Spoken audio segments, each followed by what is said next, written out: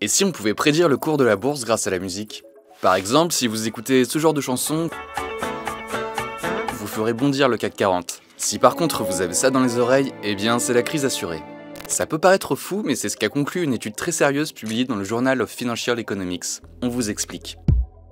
Markets are driven by sentiment, by emotions, not just by fundamentals such as dividends and cash flows.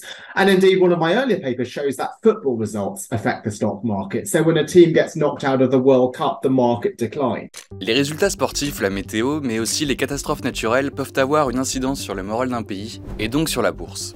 Mais comment mesurer l'humeur d'un pays au jour le jour? Réponse: grâce à ce qu'il y a dans votre playlist. With music, that's something that people listen to every day, and what we were able to get was the Spotify data of the tone of the songs that a country listens to on a particular day. So that's the daily frequency measure. En fait, vous choisissez souvent inconsciemment la musique que vous écoutez en fonction de votre humeur. C'est ce qu'on appelle la congruence émotionnelle. La musique, effectivement, elle influence nos comportements. Si on a envie de se redonner un petit coup de boost, on va mettre une musique plutôt rythmée.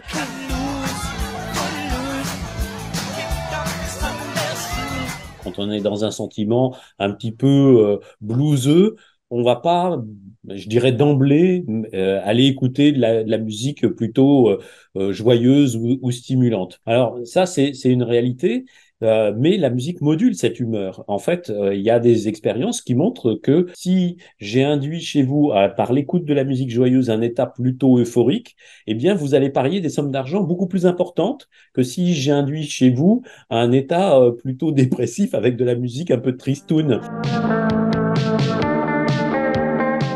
Pour cette étude réalisée entre 2017 et 2020 dans 40 pays, l'équipe a analysé 58 000 chansons et 500 milliards de téléchargements. En agrégeant toutes ces données, ils sont parvenus à esquisser l'humeur d'un pays à un moment donné, grâce aux musiques les plus écoutées par la population.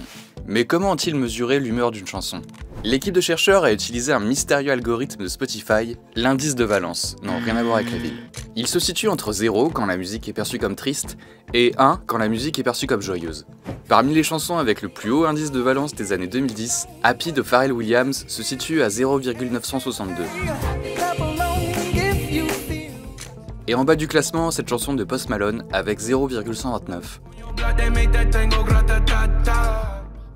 Mais attention, la valence n'a rien à voir avec les paroles, c'est uniquement l'humeur induite par la mélodie qui est évaluée. Si une musique est plutôt en mode majeur, hein, donc avec des accords de type majeur, une harmonie de type majeur, un rythme plutôt sautillant, enlevé avec une pulsation assez rapide, autour de 100-120 battements par minute, hein, ce qui est globalement le rythme du disco, hein, vous allez dire, cette musique, elle est plutôt joyeuse. Si vous avez en fait compte une musique qui est plutôt constituée d'accords en mode mineur, avec aussi éventuellement potentiellement des dissonances timbrales, etc. Si vous avez un tempo plutôt lent, à ce moment-là, vous allez avoir une sensation plutôt de mélancolie ou de tristesse. On va plutôt aller vers la valence négative, on va dire. En agrégeant toutes ces données et grâce à des formules complexes qu'on ne va pas vous détailler ici, les chercheurs ont établi une correspondance systématique entre l'humeur des chansons les plus écoutées par pays et les résultats de la bourse. What we did is we looked at the change in music sentiment on a particular day, and then we looked at the change in the stock market on the day following that. And it's important to look at the day afterwards. Why? Because if I looked at the same day, it could be reverse causation. It could be the stock market goes down, I feel sad, I listen to sad songs. What we wanted to do is look at the reverse, is that if I listen to sad songs, then tomorrow the stock market will go down after. You don't know what's going on here. I know. Bon, bien sûr, lien de corrélation ne veut pas forcément dire lien de causalité. C'est comme l'histoire de qui est là en premier entre l'œuf et la poule. Et on pourrait ajouter que cette étude se base uniquement sur les utilisateurs de Spotify, seulement 500 millions d'usagers dans le monde, sur 8 milliards d'habitants. Mais imaginez toutes les informations sur vos goûts musicaux, vos préférences, et comment toutes ces données pourraient être analysées dans un futur très proche, pour prédire des grandes tendances.